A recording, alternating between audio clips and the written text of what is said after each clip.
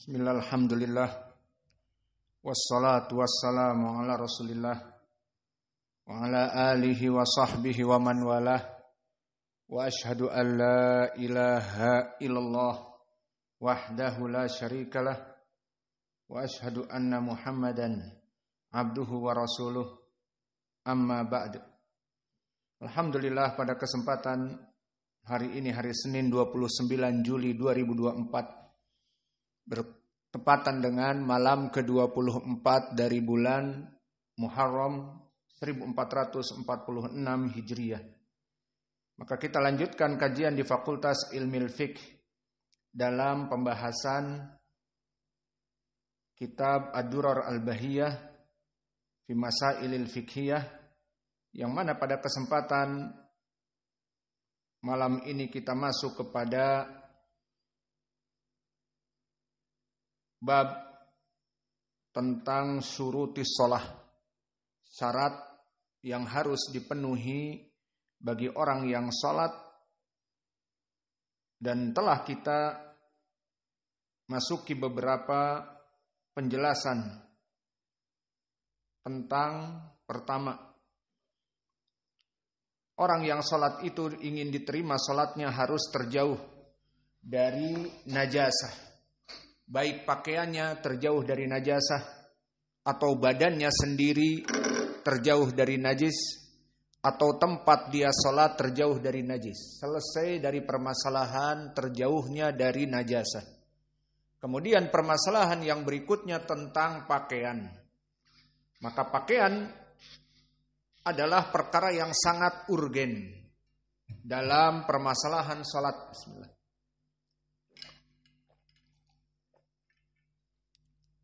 Karena Allah telah berfirman, "Khudhu zinatakum inda kulli masjid." Maka ambillah pakaian-pakaian kalian setiap kalian melaksanakan sholat di masjid. Dan tentang permasalahan najasah, Allah berfirman, "Wa thiyabaka fatahhir." Maka sucikanlah pakaian dan badan dan juga tempat. Maka untuk permasalahan syarat dari pakaian telah kita ambil satrul aurah. Bagi laki-laki ataupun perempuan harus menutup aurah. Maka ini tidak sembarangan. Tidak semua orang mendapatkan waktu sholat kebetulan dari asar dia jogging. Dan jogging dia hanya memakai kaos oblong, kemudian celana setengah paha, lari dengan sepatunya dan headphone-nya, musik. Kemudian adzan. Kemudian dia wudu dan salat dengan pakaian jogging tadi. Maka sudah celananya setengah paha, lagian juga sangat ketat, dan di atasnya juga hanya sekedar kaos oblong. Maka seperti ini tidak pantas untuk sholat. Maka harus satrul aurah. Seseorang yang sholat itu harus dia itu menutupi auratnya. Dan begitupun perempuan tidak sembarangan untuk sholat harus menutup aurah. Dan telah datang hadis dari Asma bahwa Nabi Muhammad SAW bersabda, tidak diterima perempuan yang sudah haid kecuali dengan khimar, menutup dari kepala sampai bawah. Maka ini telah kita lewati. Di sini kita hanya murajaah sebentar. Wala tashtamilu somma. Dan juga tidak diterima orang yang sholatnya yastamilu somma. Apa itu? Maka di zaman Nabi, di saat kaum muslimin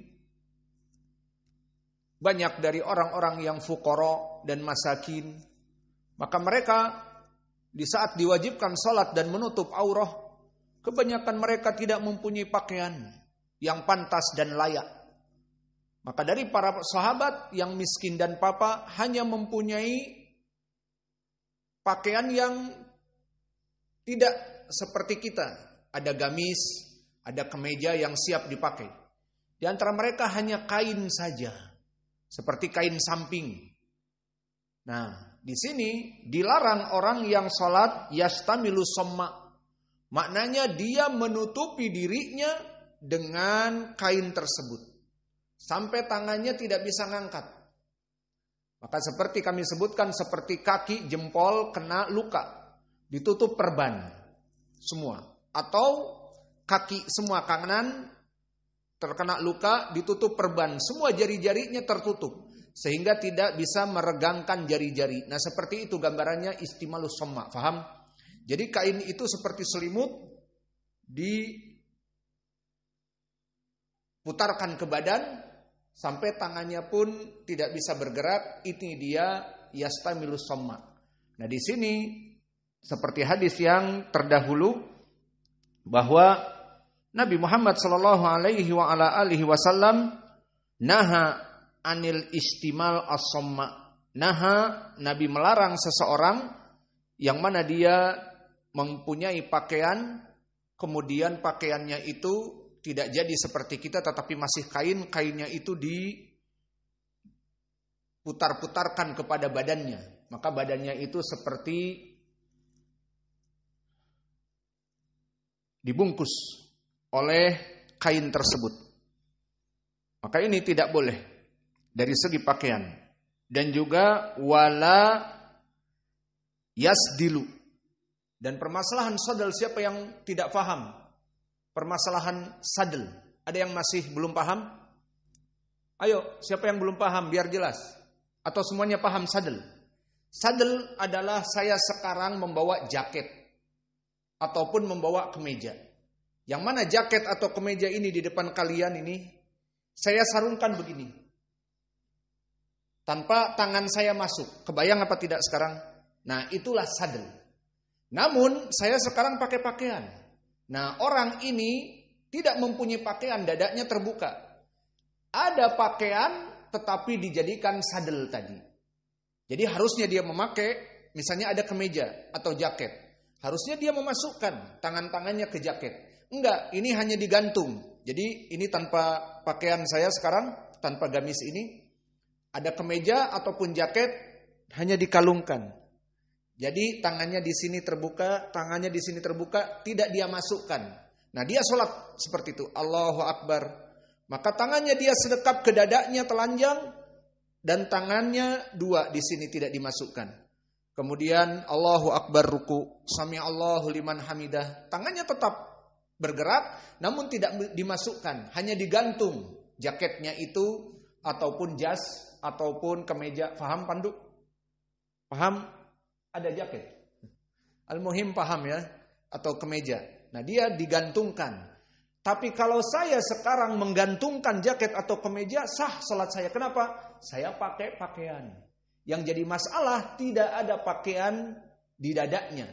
Yang harusnya dia pakai dimasukkan ke meja itu. Jadi seperti ini malah digantungkan. Itu yang namanya sadel. Dan ini dilarang juga oleh Nabi sesuai dengan hadis yang diriwayatkan Abu Daud dan Tirmidzi dari Abi Hurairah, naha anis sadl fis shalah, bahwa Nabi sallallahu alaihi wa ala alihi wasallam melarang as-sadl di saat sedang salat. Dan itu tadi gambarannya as-sadl. Dan ini telah selesai. Wala yusbilu. Apa makna yusbil? Isbal adalah menjulurkan pakaian di bawah mata kaki. Maka pakaian itu bagi laki-laki seperti di hadis Imam Ahmad dan yang lainnya, libasu rajulu muslimin nisfus sak, bahwa idealnya pakaian seorang muslim itu nisfus sak. Coba saya ingin tahu, berdiri ya Sufyan. Kum. Kamu sarung kan? Oh bukan, berdiri. Nah, sebaik-baiknya pakaian muslim nisfus sak, setengah dari betis. Sekarang Sufyan kemejanya ataupun saubnya setengah betis. Itu yang ideal. Kalau tidak, turun sedikit. Seperti celananya. Itu celananya turun sedikit. Mendekati ka'bain. Tapi tidak di bawah ka'bain. Nah itu sudah bagus. Namun yang menjadi saub nisfus sak itu lebih baik. Dan itu ideal. Jadi idealnya pakaian laki-laki itu celana atau sarung. Jika pakai sarung, kalau sarung enak bisa diatur. Tinggikan dikit sampai setengah betis. Itulah pakaian seorang muslim. Dia adalah nisfus sak. Maka betis itu mana tengah-tengahnya? Di situ panjangnya pakaian. Nah sekarang kayak Sufyan pakaiannya dari thawbnya setengah, itu bagus. Tinggal celananya dinaikkan biar sama. Maka di sini celananya agak turun. Yang jelas tidak apa-apa turun, yang penting tidak jatuh lagi. Nah sekarang yang tidak boleh di dalam sholat justru menjulurkan pakaiannya.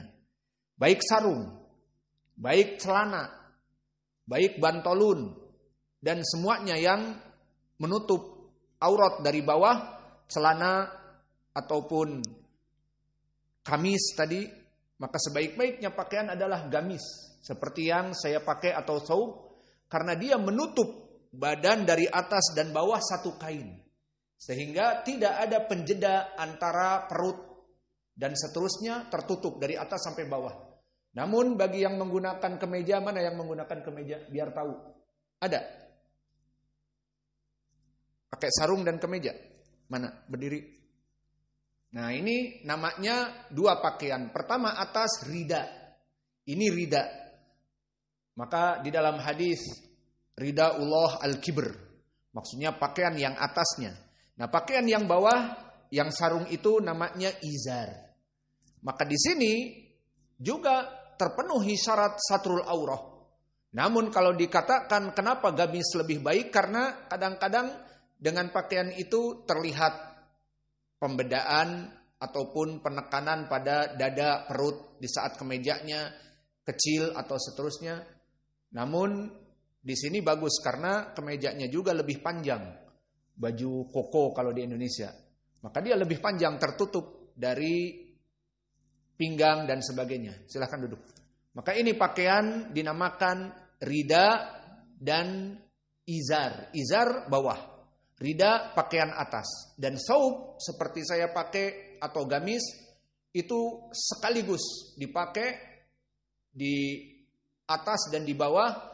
Maka ini lebih baik, dan ini pakaian Nabi dulu waktu beliau hidup. Wala yusbilu, maka dilarang menjulurkan di saat sholat pakaiannya itu di bawah mata kaki. Karena telah datang hadis dari Ibnu Umar yang muttafaqun alaih, majaro tahtal ka'bain fafinar. Maka apa-apa yang dia itu di bawah mata kaki maka di api neraka, diancam dengan api neraka.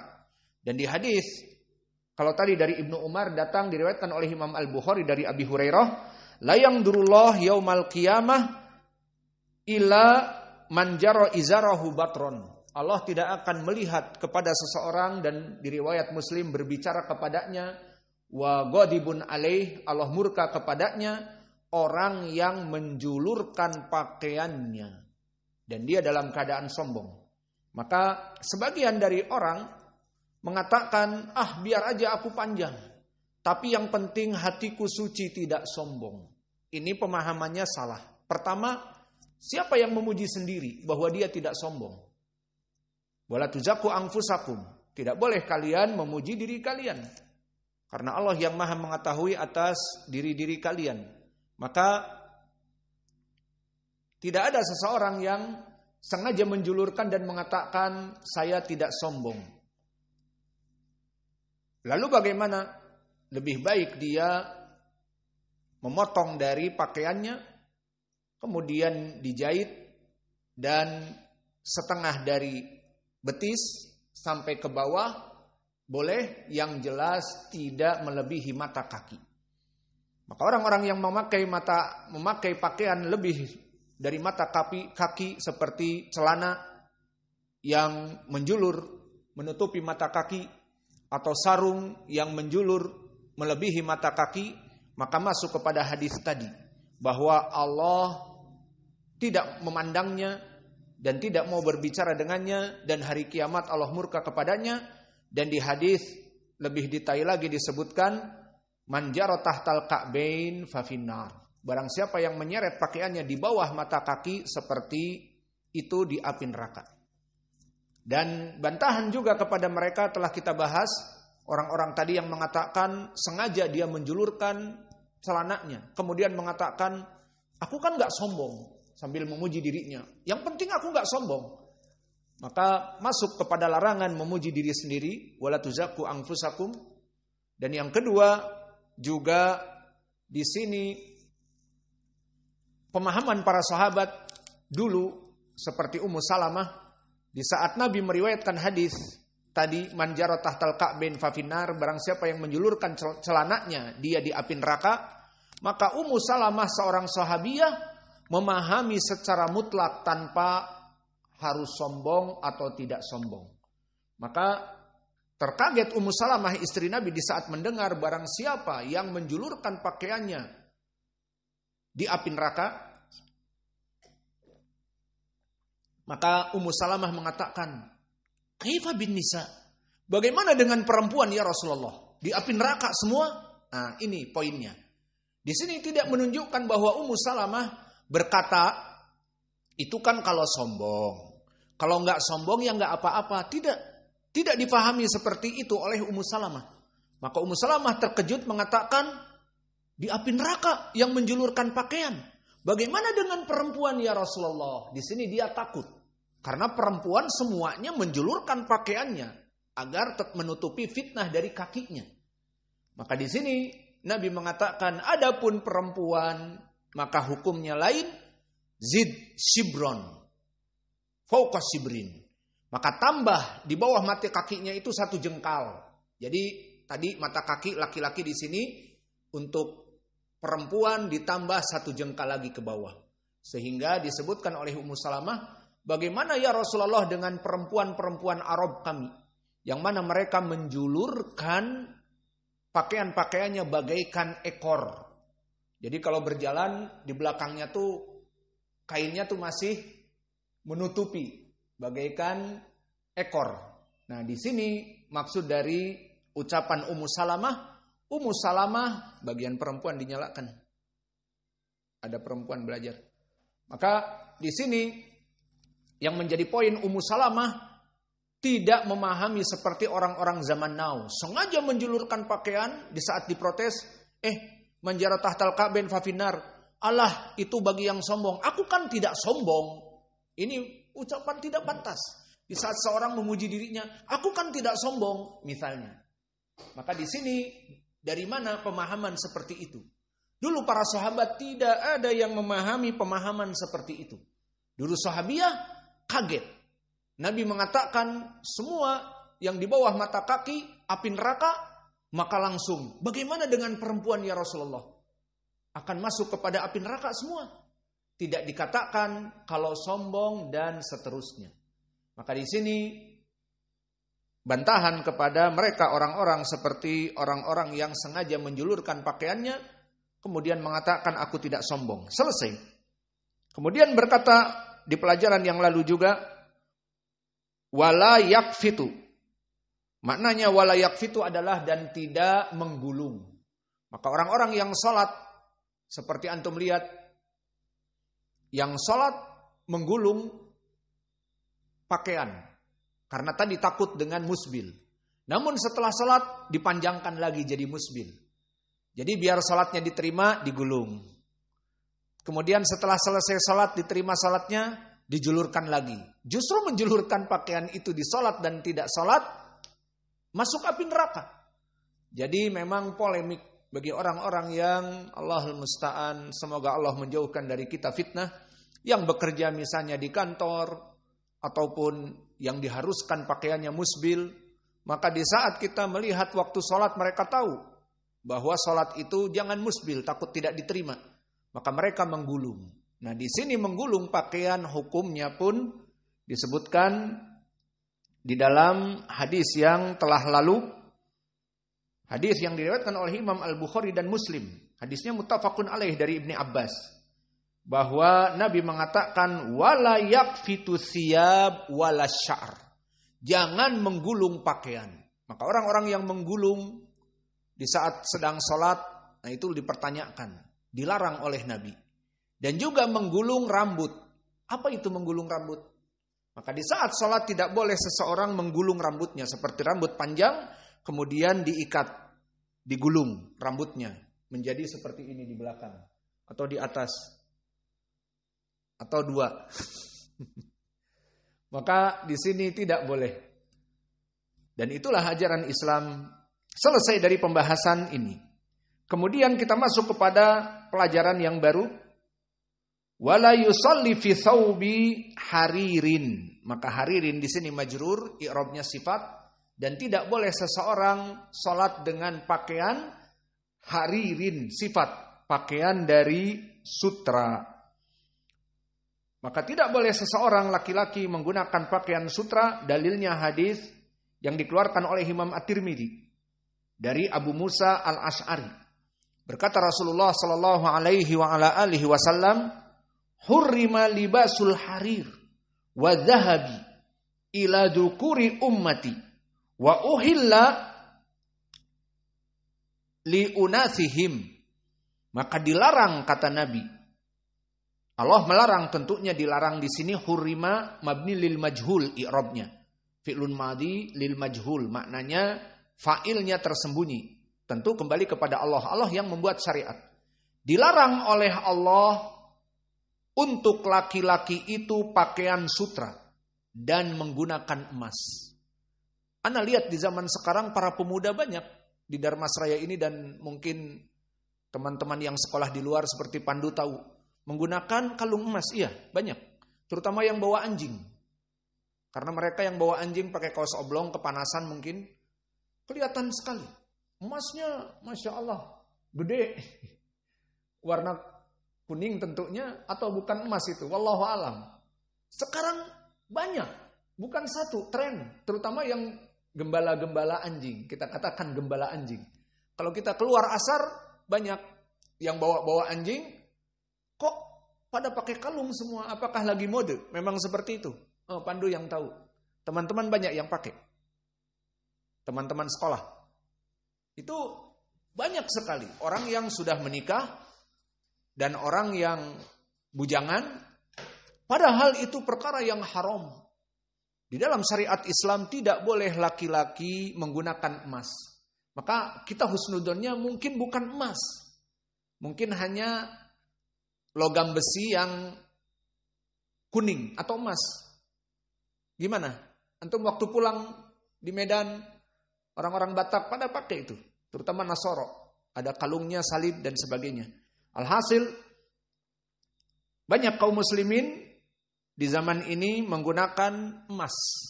Dan itu saya lihat bukan hanya satu, banyak. Terutama yang menggembalakan anjing. Kemudian menggunakan harir. Apa itu harir? Pakaian dari sutra. Kalau ini jarang dan kita pun tidak melihatnya di jalanan karena pakaian sutra sangat mahal. Sangat mahal sekali. Alhasil disebutkan di dalam hadis bahwa pakaian sutra dan emas diharamkan untuk lelaki kaum muslimin dan dihalalkan untuk liunathihim, untuk para perempuan. Dan di riwayat yang lain disebutkan uhilla dhahab wal harir liinathi ummati wa hurrima ala dzukuriha. Maka dihalalkan emas dan pakaian sutra untuk perempuan-perempuan umatku dan diharamkan bagi laki-laki. Jadi laki-laki tidak boleh menggunakan kalung emas dan menggunakan apa saja yang berhubungan dengan emas. Bismillah.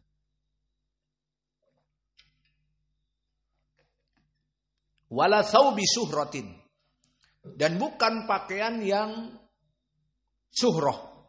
Maka pakaian syuhrah di sini yang diinginkan wallahu a'lam, pakaian yang biasa masyhur dipakai oleh kelompok selain kaum muslimin. Maka pendalilannya di hadis Ibnu Umar, man labisa thawba syuhratin albasahu Allahu yaumal qiyamah thawban mithlahu. Barang siapa yang menggunakan pakaian yang syuhrah, maka dia itu akan dipakaikan di hari kiamat dengan pakaian itu. Thumma talhabu atau talahabu fihi nar. Kemudian dia terbakar di api neraka dengan menggunakan pakaian syuhrah. Tinggal permasalahan di sini. Apa pakaian syuhrah? Yang mendekati dari ucapan para ulama, pakaian yang ma'ruf dipakai oleh orang-orang selain muslim. Contohnya apa? Pakaian kuning dari para biksu. Lihat orang-orang biksu Buddha. Mereka menutup aurat. Beda dengan yang lainnya. Namun pakaiannya yang kuning jelas syuhroh, bahwa itu dari agama mereka. Pakaian Buddha yang kuning. Nah kemudian kita menggunakannya untuk sholat. Misalnya. Yang jelas itu yang diinginkan dari libasus syuhroh. Pakaian yang seperti pengkhususan untuk beribadah mereka. Wala magsubin. Dan juga bukan pakaian hasil curian. Maka di sini pakaian dari hasil curian tentu tidak diridhoi oleh Allah. Maka jika kita sholat dengan pakaian dari hasil curian, mau sholat pakaiannya dalam keadaan kotor. Kemudian aduh gimana? Di depan kita ada jemuran. Jemuran orang. Sudah duhur mau Jumatan. Wah, pakai aja jemuran punya orang. Sudah dicuci, harum, tinggal disetrika, dia pakai. Maka di sini Syekh mengatakan tidak diterima sholatnya. Karena apa? Karena menggunakan pakaian yang haram. Bagaimana ibadah kepada Allah menggunakan pakaian yang haram? Dan ini madhab dari Syekh, semua ini dimasukkan oleh dia kaidah bahwa barang siapa dari melaksanakan sholat dan pakaian di sini adalah usul dari syarat yang harus dipenuhi. Pakaiannya masuk kepada perkara-perkara yang dilarang, seperti tadi dilarang untuk musbil, dilarang untuk menggunakan harir, dilarang untuk istamala somma, dilarang untuk sadel, dan dilarang untuk mengikat, menggulung, menggulung. Maka ini semuanya kata Syekh, karena datang larangan pada asal dari syarat, maka yaktadil fasad, memberikan fasad. Apa fasad? Bahwa ibadahnya tidak diterima. Ini kaidah usul yang diambil oleh Asy-Syaukani dan dia usuli, ahlul usul dan faqih.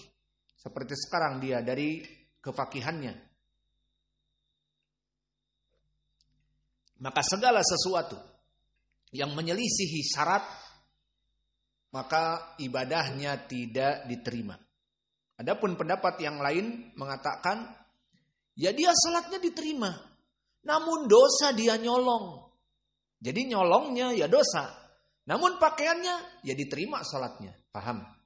Ini sebagian yang lain mengatakan demikian. Alhasil, ini madhab dari Syekh seperti saya bilang tadi, bahwa dia menunjukkan semua ibadah yang kembali kepada syarat. Syaratnya harus menggunakan pakaian dan pakaiannya bermasalah. Pakaian dari sutra, pakaian yang musbil, pakaian yang hasil curian. Nah di sini Syekh mengatakan yufidul fasad, menyebabkan amalnya tidak diterima. Selesai. Maka inilah dari syarat-syarat pakaian itu tidak boleh demikian dan demikian yang tadi disebutkan. Jika keluar dari perkara ini, dia akan diterima. Tidak melaksanakan dari harir, tidak juga saubus syuhroh, pakaian yang seperti orang-orang kufar, dan tidak dari hasil curian pakaiannya, dan menutup aurah, dan juga tidak musbil, dan tidak yakfitu siyab, tidak menggulung pakaiannya, dan tidak sadel, dan tidak istimala somma, maka akan diterima dari salatnya. Kemudian berkata Syekh, wa alaihi istiqbal ainal Ka'bah in kana musyahidan laha au fi hukmil musyahid.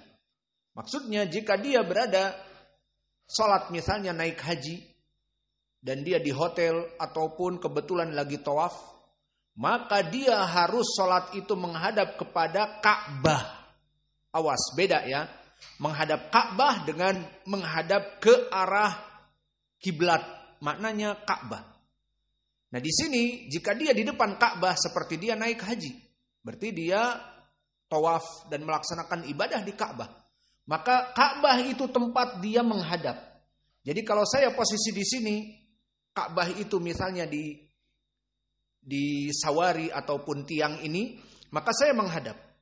Nah sekarang orang yang di belakang tiang itu, dia akan menghadap ke Ka'bah. Maka saya dengan dia akan saling berhadap-hadapan, paham? Dan begitupun yang di kanan saya akan menghadap ke Ka'bah yang berupa seperti tiang itu sekarang. Dan begitupun yang di kiri saya akan menghadap ke Ka'bah.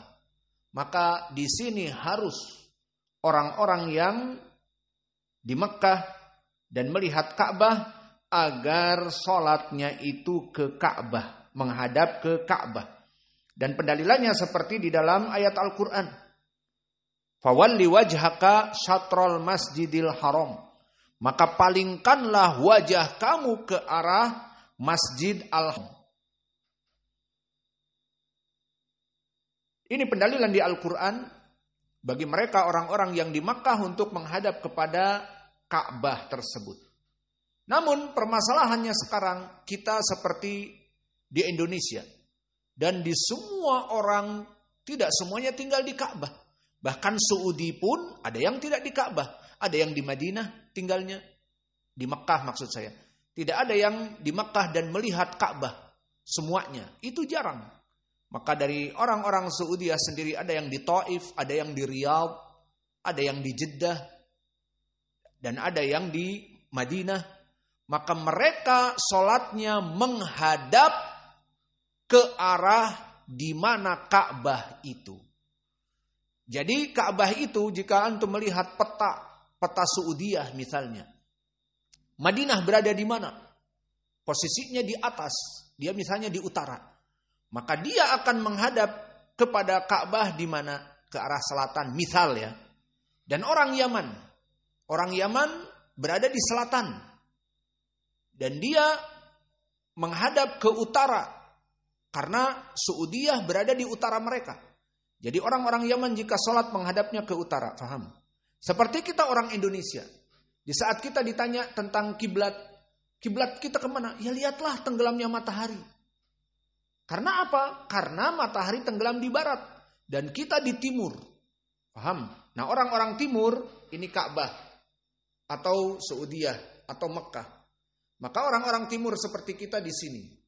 Kalau kita ke Indonesia ke arah timur, maka di sini Indonesia. Nah, menghadapnya ke barat. Kan ini timur barat.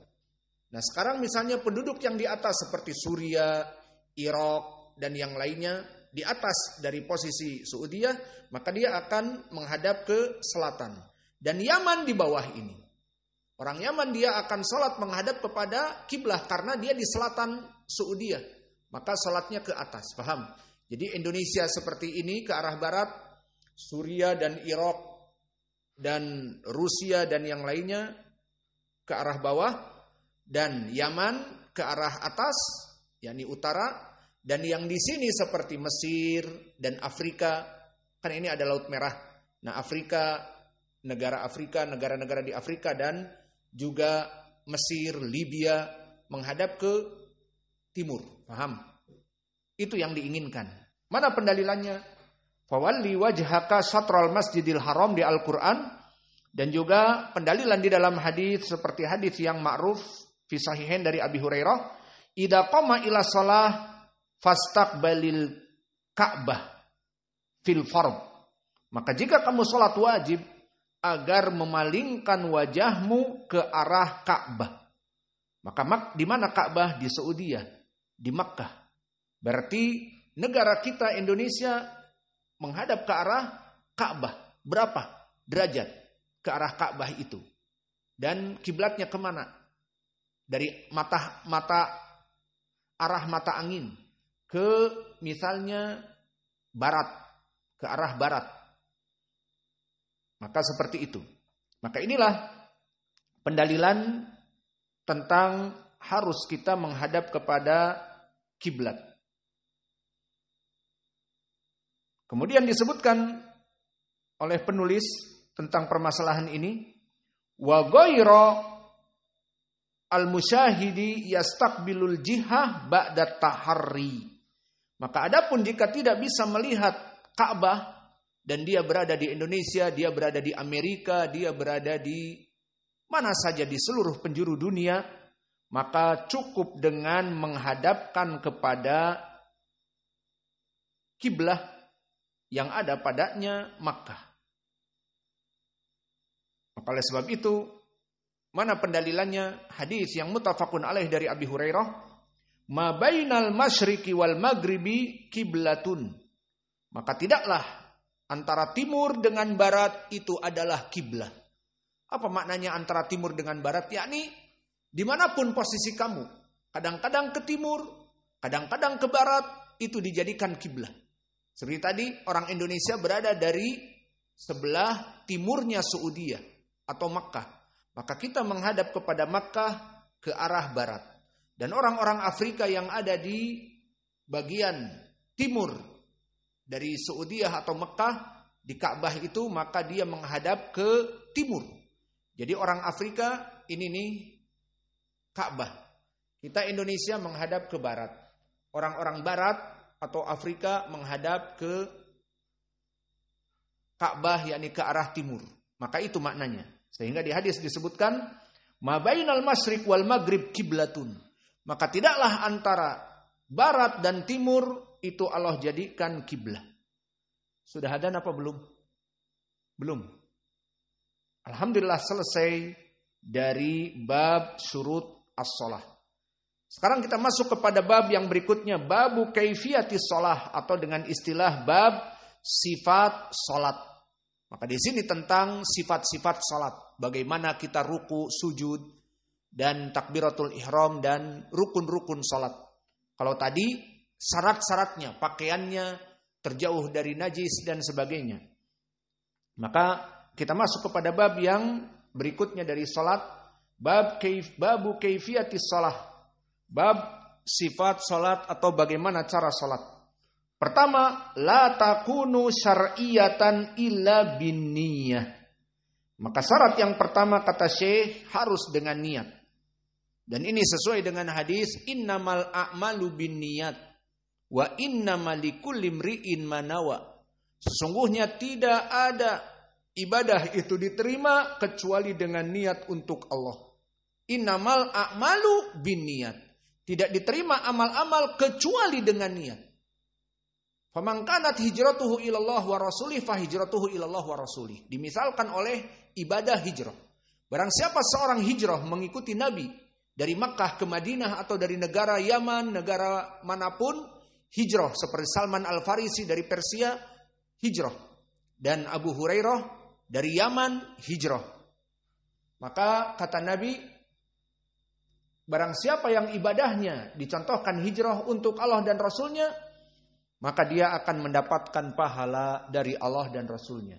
Namun barang siapa yang niatnya hijrah untuk dunia, seperti dia ke Madinah untuk tujuan tijarah, berdagang, atau hanya untuk tujuan ingin dapat perempuan di sana, maka dia akan mendapatkan apa yang dia niatkan. Maka syahidnya di sini, tidaklah seseorang diterima kecuali ikhlas niatnya untuk Allah. Dan niat ikhlas ini juga di dalam Al-Quran, wa'budullah wa la tusyriku bihi syai'a. Beribadahlah hanya kepada Allah dan janganlah kalian beribadah kepada selain Allah. Dan juga di dalam surat Al-Bayyinah, wa ma umiru illa liya'budullah mukhlishina lahuddin. Maka tidaklah diperintah kita ini untuk melaksanakan ibadah-ibadah kecuali ikhlas untuk Allah. Maka ini syarat yang pertama, niat ikhlas untuk Allah.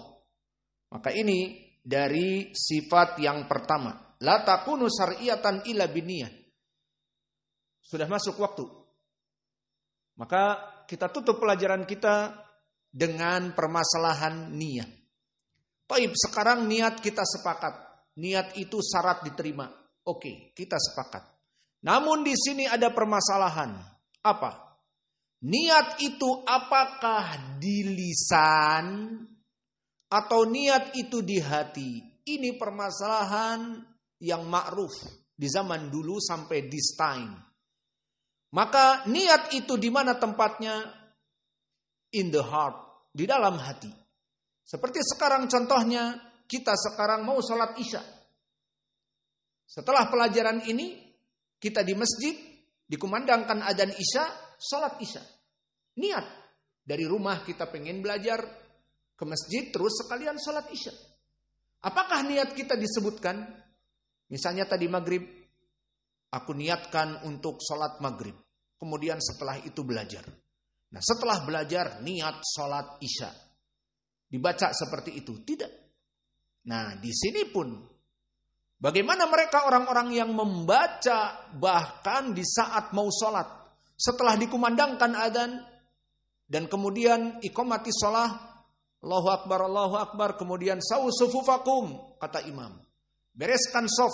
Maka setelah beres sof, imamnya atau makmum ada yang mengatakan, usolli sholatal isya fardu arba' rakaat. Dia mikir jadi imam, imaman. Dia mikir jadi makmum, makmuman. Adaan lillahi ta'ala. Harus dijaharkan. Maka ini dari mana? Apakah ada hadis? Dijawab never ever.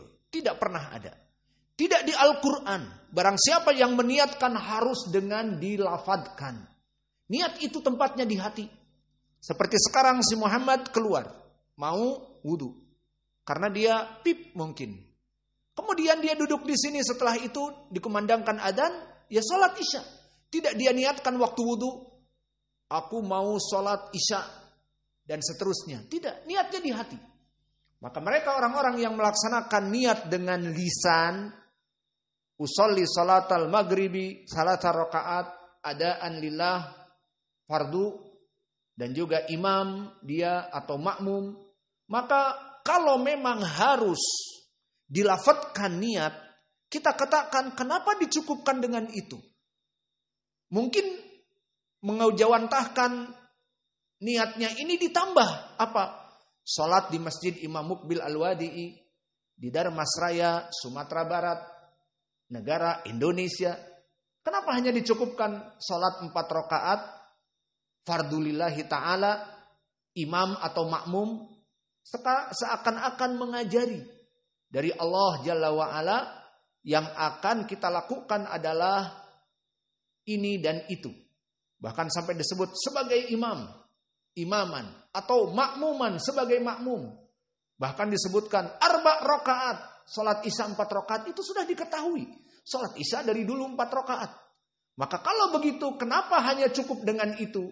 Kenapa tidak ditambah fi Masjid Imam Muqbil Al-Wadi'i, Bidar Masraya, Sumatera Al-Gharbiyah, fi Indonesia, fi planet bumi in the earth. Tidak di Mars dan bukan di Jupiter dan bukan di planet Pluto. Iya, seperti itu. Harusnya disebutkan. Kenapa harus cukup dengan yang tadi disebutkan sebagai imam atau makmum? Kesimpulannya, apa yang diperbuat oleh manusia yang melaksanakan seperti ini tidak ada dalil. Niat itu di hati. Dan begitu pun dalam permasalahan puasa. Banyak orang setelah sholat tarawih dipimpin oleh imam dengan mikrofon, nawaitu shauma ghadin fardu syahri Ramadan adaan lillahi ta'ala.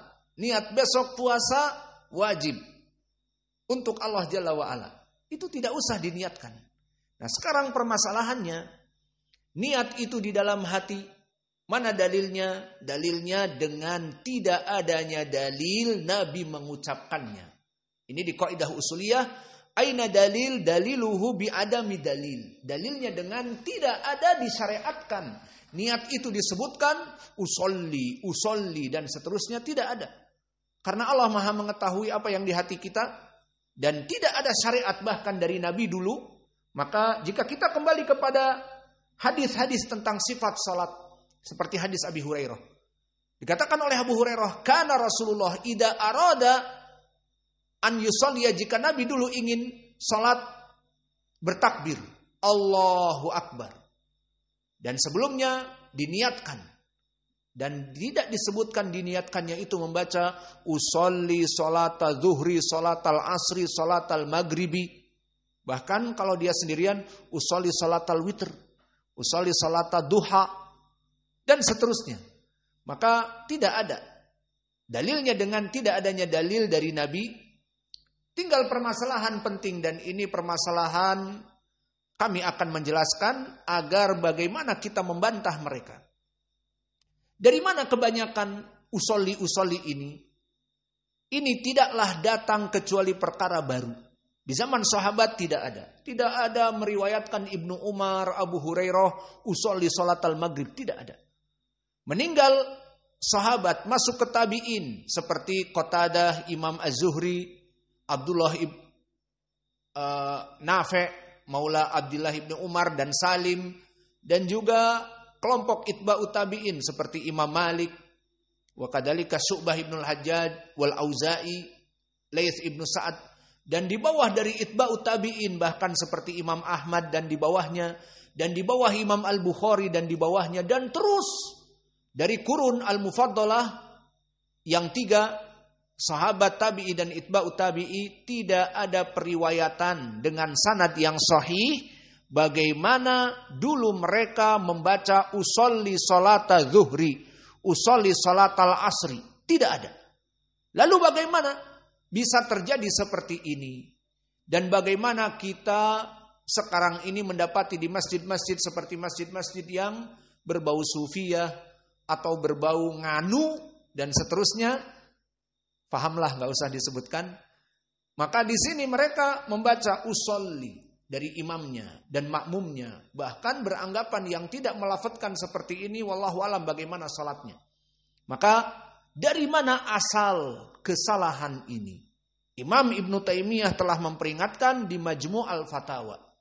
Kesalahan adalah dari pengikut kelompok Asy-Syafi'iyah. Berarti bukan madhab Imam Syafi'i, bukan. Pengikutnya Imam Asy-Syafi'i yang mengajarkan kitab fikih Syafi'i seperti Al-Um dan yang lainnya. Maka Imam Asy-Syafi'i mempunyai kitab fikih Al-Um. Disebutkan di sana lafadznya la budda biraf'is saut fi awalis shalah. Harus mengangkat suara di awal salat. Apa yang kita fahami dari hadis-hadis? Takbiratul ihram. Iya apa tidak? Jadi mengangkat suaranya itu di saat takbiratul ihram. Allahu akbar. Itu dia. Ini yang kita pahami dari dalil-dalil yang ada. Dari hadis Abi Hurairah muttafaqun alaih, dulu Nabi yukabbiru takbiratul ihram dan diangkat suaranya. Allahu akbar. Ini yang difahami oleh Imam Asy-Syafi'i, pemahaman dari hadis-hadis. Yang diangkat suaranya apa? Takbiratul ihram. Fahim? Nah, difahami kata Imam Ibnu Taimiyah oleh pengikut Asy-Syafi'i yang gagal faham dan salah kafrah, maka mereka mengatakan dimulai salat itu dengan mengangkat suara sik kata orang Jawa. Tar dulu. Kita memulai itu kan niat, iya kan? Pertama itu niat. Tadi dibahaskan pertama harus niat ikhlas. Nah, yang diangkat suara tuh ya niat. Akhirnya niat-niat kita harus diangkat suaranya. Makanya tidak tanggung-tanggung di mikrofon. Usolli sholata zuhri arba' rakaat imaman adaan lillahi ta'ala. Harusnya terus pada tanggal ini, hari ini, tanggal ini 19 Juli bertepatan 2024 bertepatan dengan 24 Muharram 1446. Harusnya semua dijelaskan. Iya, ingin ngasih tahu nih Allah, aku nih salat dijaharkan niatnya. Tapi hanya sepotong atau sedikit, dan mana dalilnya? Dalilnya mengikuti salah faham dan gagal kafrah. Kebalik. Gagal faham dan salah kafrah dari pemahaman Imam Asy-Syafi'i.